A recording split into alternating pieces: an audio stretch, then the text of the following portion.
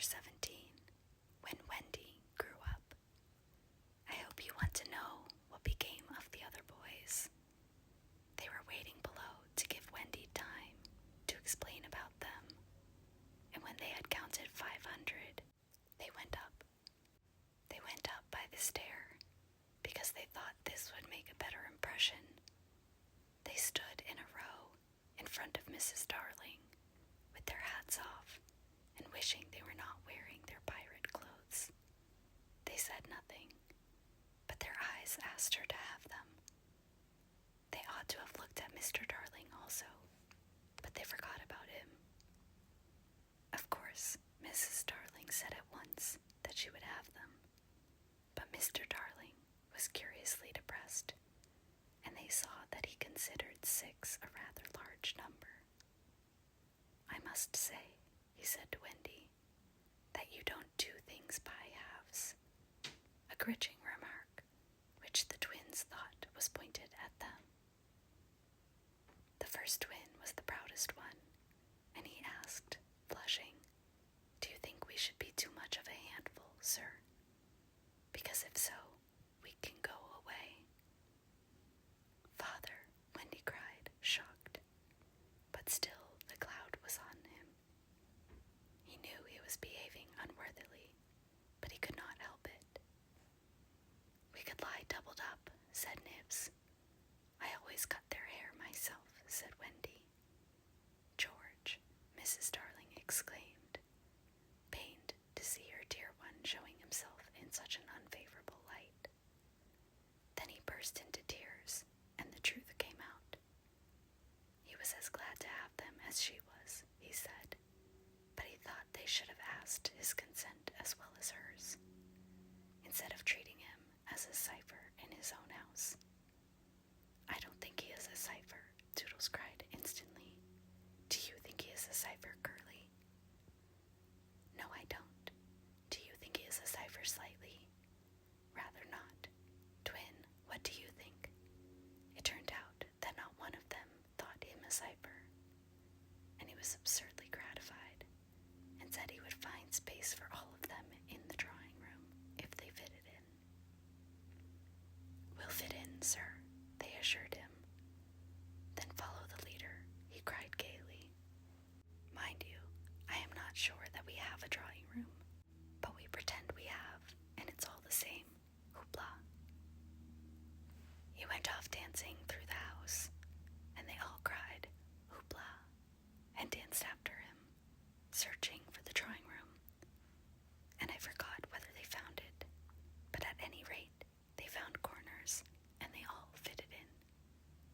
As for Peter, he saw Wendy once again before he flew away. He did not exactly come to the window, but he brushed against it in passing, so that she could open it, if she liked, and called to him. That is what she did. "Hello, Wendy. Goodbye," he said. "Oh dear, are you going away?" "Yes."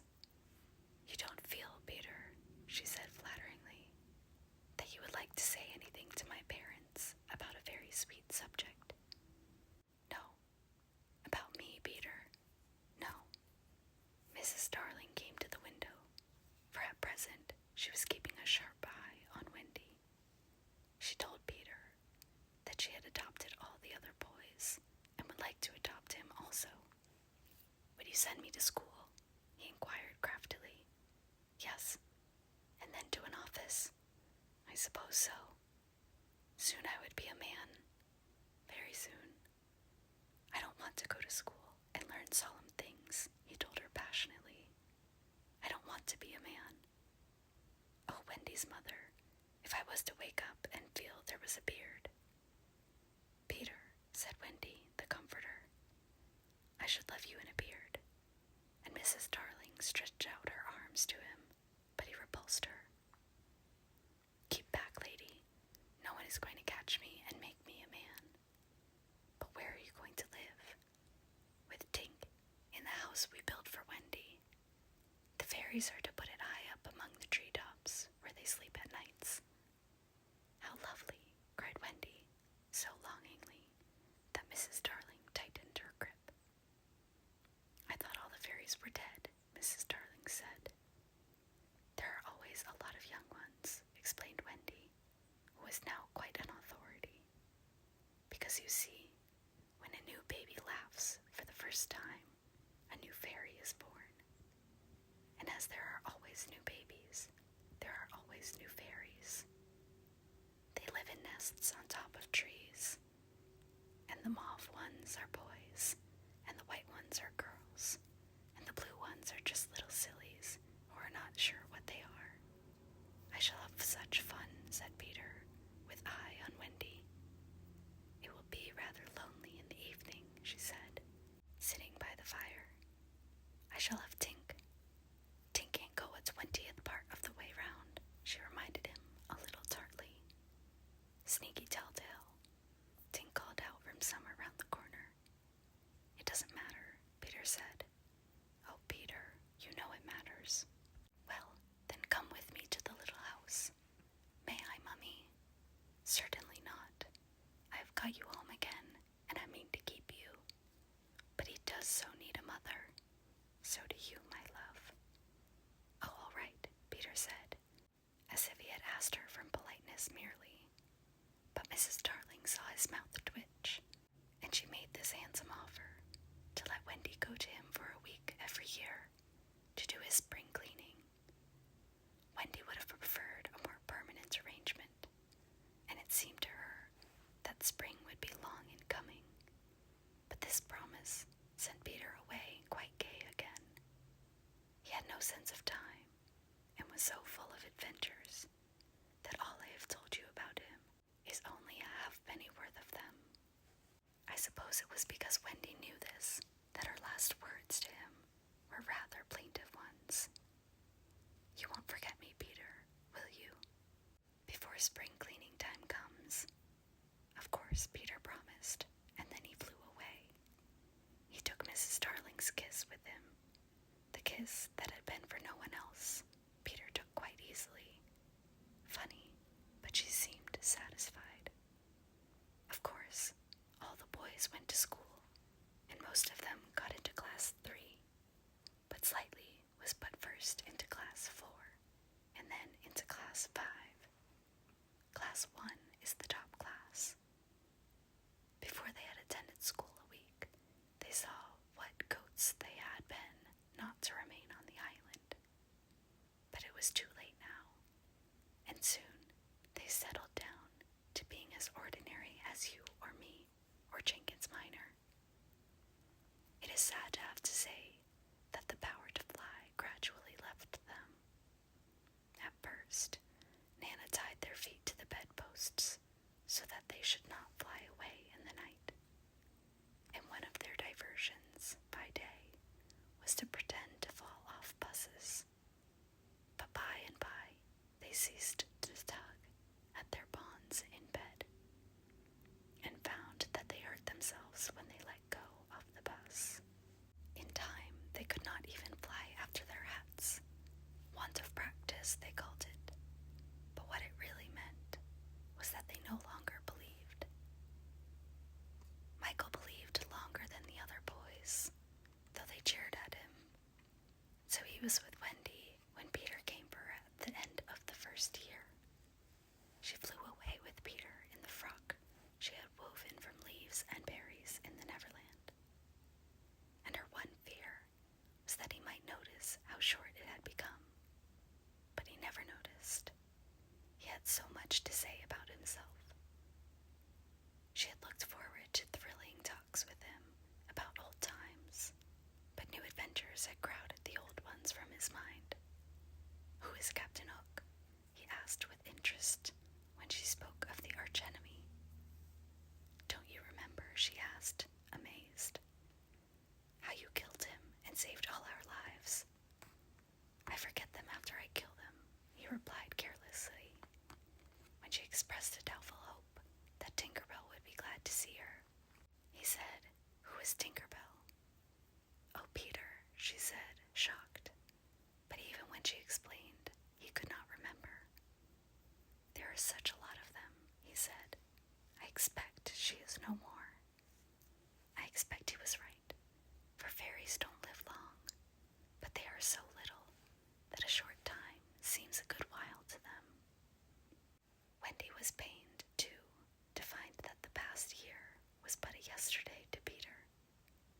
seemed such a long year of waiting to her. But it was exactly as fascinating as ever, and they had a lovely spring cleaning in the little house on the treetops.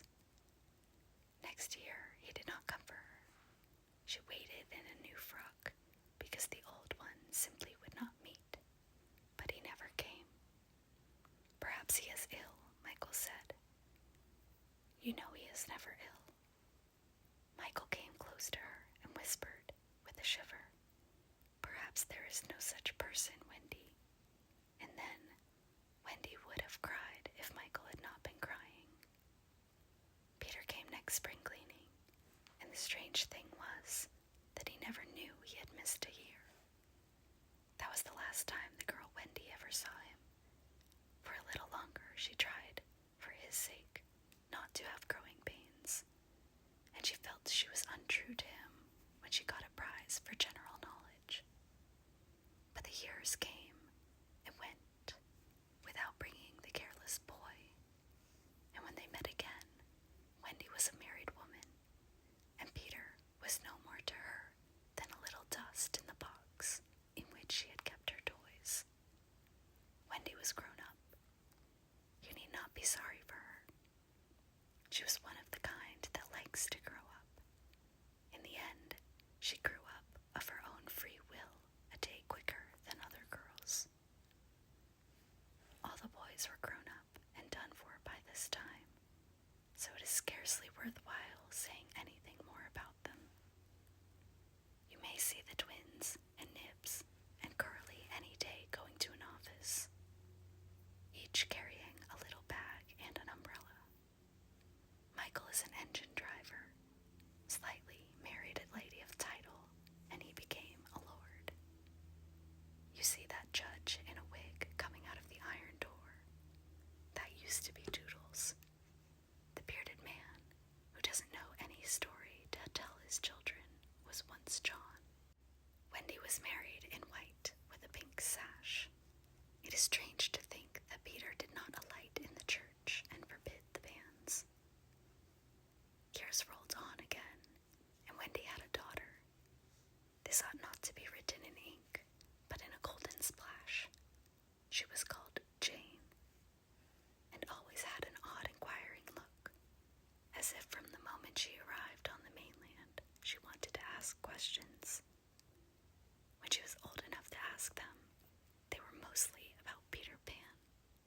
She loved to hear of Peter, and Wendy told her all she could remember in the very nursery from which the famous flight had taken place. It was Jane's nursery now, for her father had bought it at the 3% from Wendy's father, who was no longer fond of stairs. Mrs. Darling was now dead and forgotten. There were only 2 beds in the nursery now, Jane's and her nurse's, and there was no kennel, for Nana also had passed away. She died of old age, and at the end she had been rather difficult to get on with, being very firmly convinced that no one knew how to look after children except herself. Once a week, Jane's nurse had her evening off, and then it was Wendy's part to put Jane to bed. That was the time for stories. It was Jane's invention to raise the sheet over her mother's head and her own, thus making a dent, and in the awful darkness to whisper, "What do we see now?" "I don't think I see anything tonight," says Wendy, with a feeling that if Nana were here, she would object to further conversation. "Yes, you do," says Jane. "You see when you were a little girl." "That is a long time ago, sweetheart," says Wendy. "Ah me, how time flies." "Does it fly?" asks the artful child. "The way you flew when you were a little girl." "The way I flew. Do you know, Jane, I sometimes wonder whether I ever did really fly." "Yes, you did. The dear old days when I could fly. Why can't you fly now, Mother?" "Because I am grown up, dearest. When people grow up, they forget the way." "Why do they forget the way?" "Because they are no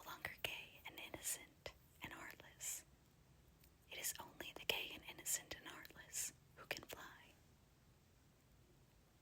What is gay and innocent and heartless? I do wish I were gay and innocent and heartless. Or perhaps, Wendy admits, she does see something. I do believe, she says, that it is this nursery. I do believe it is, says Jane. Go on. They are now embarked on the great adventure of the night when Peter flew in looking for his shadow. The foolish fellow, says Wendy, tried to stick it on with soap, and when he could not, he cried, and that woke me, and I sewed it on for him. You may have missed a bit, interrupts Jane, who now knows the story better than her mother. When you saw him sitting on the floor crying, what did you say? I sat up in bed and I said, Boy, why are you crying? Yes, that was it, says Jane with a big breath. And then he flew us all away to the Neverland. And the fairies and the pirates and the redskins and the Mermaids' Lagoon and the home under the ground and the little house. Yes. Which did you like best of all? I think I liked the home under the ground best of all. Yes, so do I. What was the last thing Peter ever said to you? The last thing he ever said to me was, just always be waiting for me, and then some night you will hear me crowing. Yes, but alas, he forgot all about me when he said it with a smile. She was as grown up as that. What did his crow sound like? Jane asked one evening. It was like this, Wendy said, trying to imitate Peter's crow. No, it wasn't, Jane said gravely. It was like this, and she did it ever so much better than her mother. Wendy was a little startled. My darling, how can you know? I often hear it when I am sleeping, Jane said. Ah, yes, many girls hear it when they are sleeping. But I was the only one who heard it awake. Lucky you, said Jane. And then one night came the tragedy. It was the spring of the year, and the story had been told for the night. And Jane was now asleep in her bed. Wendy was sitting on the floor, very close to the fire, so as to see, to darn, for there was no other light in the nursery. And while she sat darning, she heard a crow. Then the window blew open, as of old, and Peter dropped in on the floor. He was exactly the same as ever, and Wendy saw at once that he still had all his first teeth. He was a little boy, and she was grown up. She huddled by the fire, not daring to move, helpless and guilty, a big woman. Hello, Wendy, he said, not noticing any difference, for he was thinking chiefly of himself, and in the dim light, her white dress might have been the nightgown in which he had seen her first.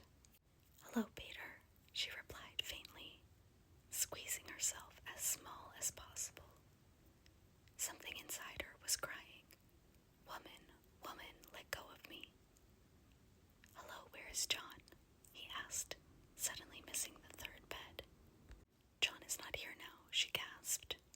Is Michael asleep? He asked, with a careless glance at Jane. Yes, she answered, and now she felt that she was untrue to Jane as well as to Peter. That is not Michael, she said quickly, lest the judgment should fall on her.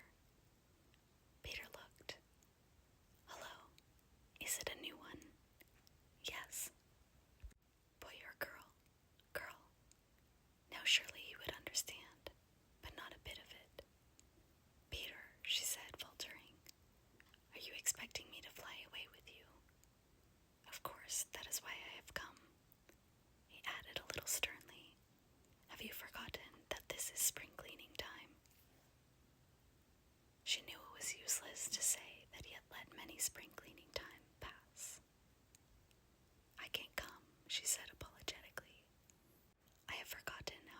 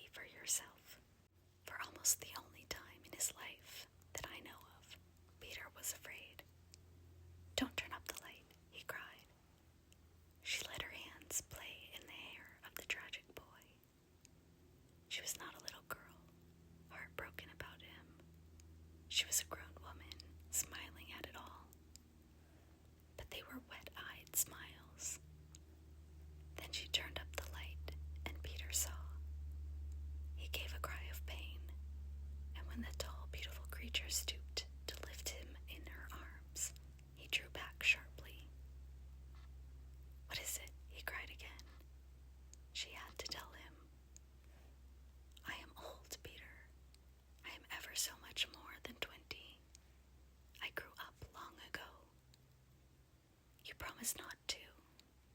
I couldn't help it. I am a married woman, Peter. No, you're not. Yes, and the little girl in the bed is my baby. No, she's not. But he supposed she was, and he took a step toward the sleeping child, with his dagger upraised. Of course he did not strike.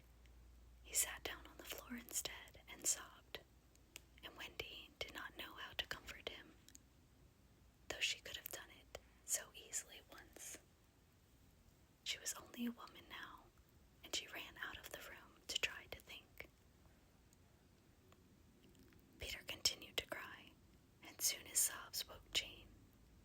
She sat up in bed and was interested at once. "Boy," she said, "why are you crying?" Peter rose and bowed to her, and she bowed to him from the bed. "Hello," he said. "Hello," said Jane. "My name is Peter Pan," he told her. "Yes, I know. I came back for my mother," he explained, "to take her to the Neverland." "Yes, I know," Jane said. "I have been waiting for you." When Wendy returned diffidently, she found Peter sitting on the bedpost, crowing gloriously, while Jane, in her nightie, was flying round the room in solemn ecstasy. "She is my mother," Peter explained, and Jane descended and stood by his side, with the look in her face that he liked to see on ladies when they gazed at him. "He does so need a mother," Jane said. "Yes, I know," Wendy admitted, rather forlornly. "No one knows it so well as I." "Goodbye," said Peter to Wendy, and he rose in the air, and the shameless Jane rose with him. It was already her easiest way of moving about. Wendy rushed to the window. "No, no," she cried. "It is just for spring cleaning time," Jane said. "He wants me always to do his spring cleaning."